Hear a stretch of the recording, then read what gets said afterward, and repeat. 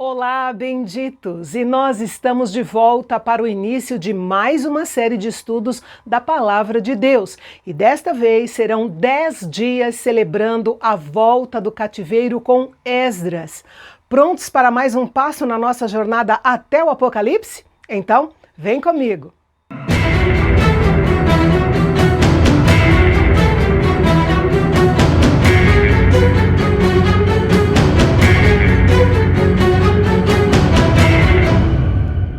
O livro de Esdras inicia com a mesma palavra de esperança e encorajamento do final de 2 Crônicas, escrita para o povo de Judá que tinha sido levado cativo para a Babilônia por causa dos seus pecados, onde ficaram 70 anos. E agora, com os olhos da fé, Esdras descreve mudanças políticas monumentais no mundo como prova do amor especial de Deus pelo seu povo.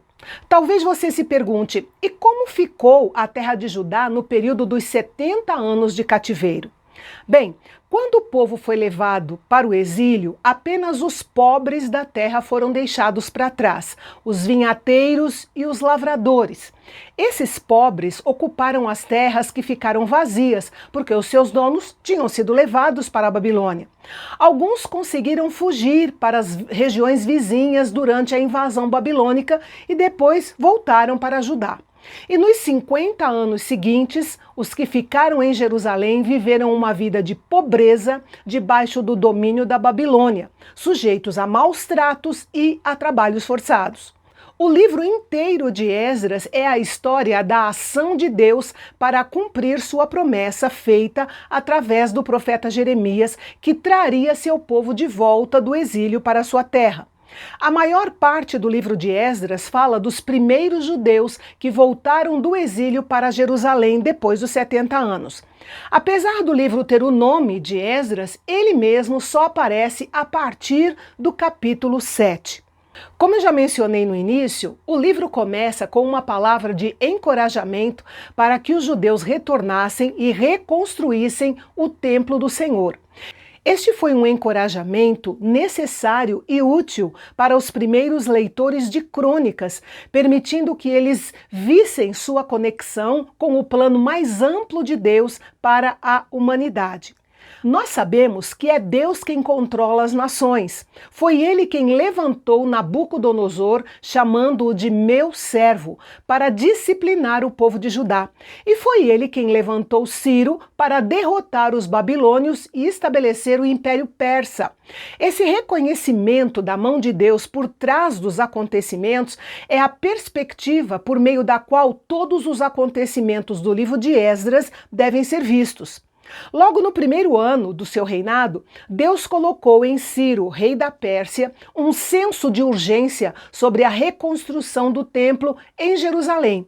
Ele fez um decreto dando aos judeus exilados não apenas a permissão de retornar do exílio, mas também de reconstruir o templo de Jerusalém que estava destruído. Aliás, a reconstrução do templo é o tema central do livro de Esdras. Além disso, Ciro ordenou ao povo do seu reino que desse aos judeus tudo o que eles precisassem para esse projeto. Note que as pessoas não precisam ser cristãs para serem usadas no cumprimento do propósito de Deus.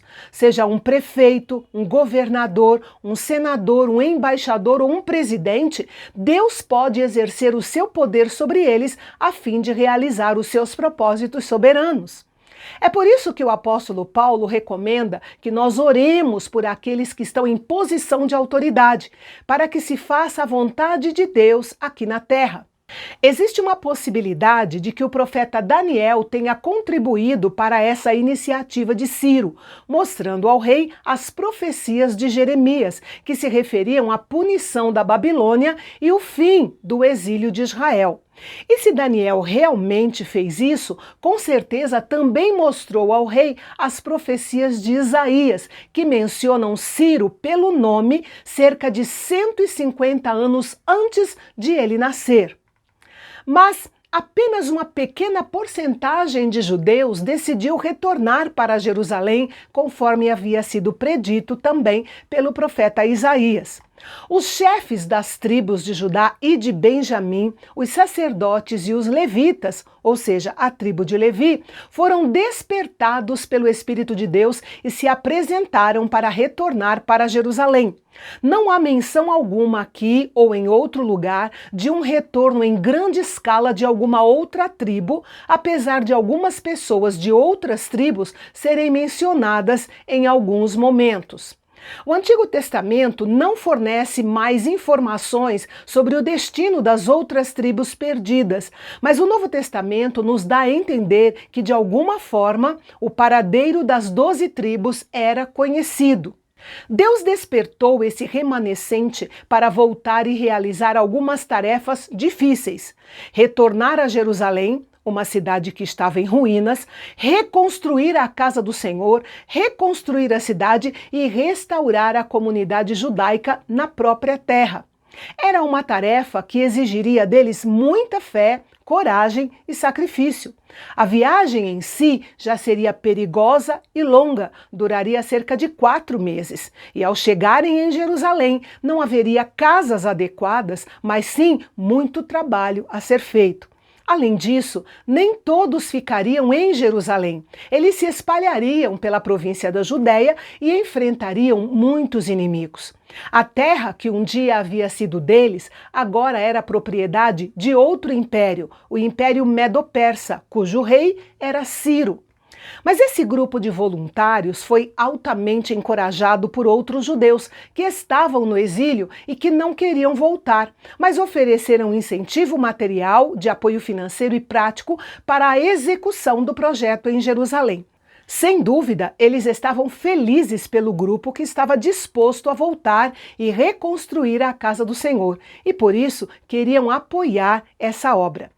Uma diferença muito importante entre o cativeiro da Assíria, que devastou o reino do norte de Israel, e o cativeiro da Babilônia, que devastou o reino do sul de Judá, é que os babilônios não substituíram os deportados judeus por pagãos babilônios. Ou seja, eles não fizeram aquela troca que o rei da Assíria fez, trazendo assírios para morar no reino do norte, o que resultou em casamento mistos, a prática da idolatria e que levou o reino de Israel praticamente à extinção. Então, apesar do reino de Judá haver sido devastado também, ele não foi contaminado no mesmo grau que o reino do norte. O versículo 8 menciona Sesbazar, príncipe de Judá. Esse título simplesmente significa que ele era um líder importante da comunidade de exilados e que foi nomeado por Ciro como governador de Judá. Alguns comentaristas defendem que o nome Sesbazar e Zorobabel se referem à mesma pessoa, ou seja, Sesbazar aqui seria o nome de Zorobabel que ele havia recebido na Babilônia, o que parece lógico. Zorobabel foi o líder do primeiro grupo de judeus que retornou para Jerusalém. Quando Jerusalém foi conquistada, os tesouros do templo foram levados para a Babilônia. Depois que Ciro, o rei da Pérsia, derrotou os babilônios, ele adotou um novo sistema com relação aos despojos e, por isso, ele devolveu aos judeus os objetos que lhes pertenciam. Os versículos 9 a 11 trazem um catálogo detalhado de milhares de utensílios de ouro e prata que tinham sido levados do Templo de Jerusalém. Isso mostra o testemunho da fidelidade de Deus em preservar não somente um restante do povo, mas também os materiais que eles precisariam para restabelecer a adoração em Jerusalém. Deus não havia esquecido as suas promessas. O que está visivelmente ausente nessa lista é a menção dos artigos mais significativos do templo: o altar do incenso, a mesa dos pães da proposição, o altar de bronze, o candelabro de ouro e, especialmente, a Arca da Aliança. Deduzimos que esses artigos foram perdidos durante a destruição do templo pelos babilônios. E o capítulo termina mencionando o trajeto dos judeus da Babilônia para Jerusalém, marcando um dos pontos decisivos na história dos judeus que influenciaria toda a humanidade.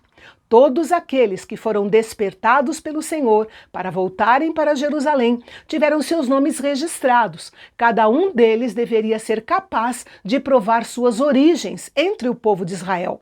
O motivo dessa exigência é o que nós veremos no próximo capítulo. Você não pode perder aqui no Canal Bendito, o nosso canal de Fala Fácil.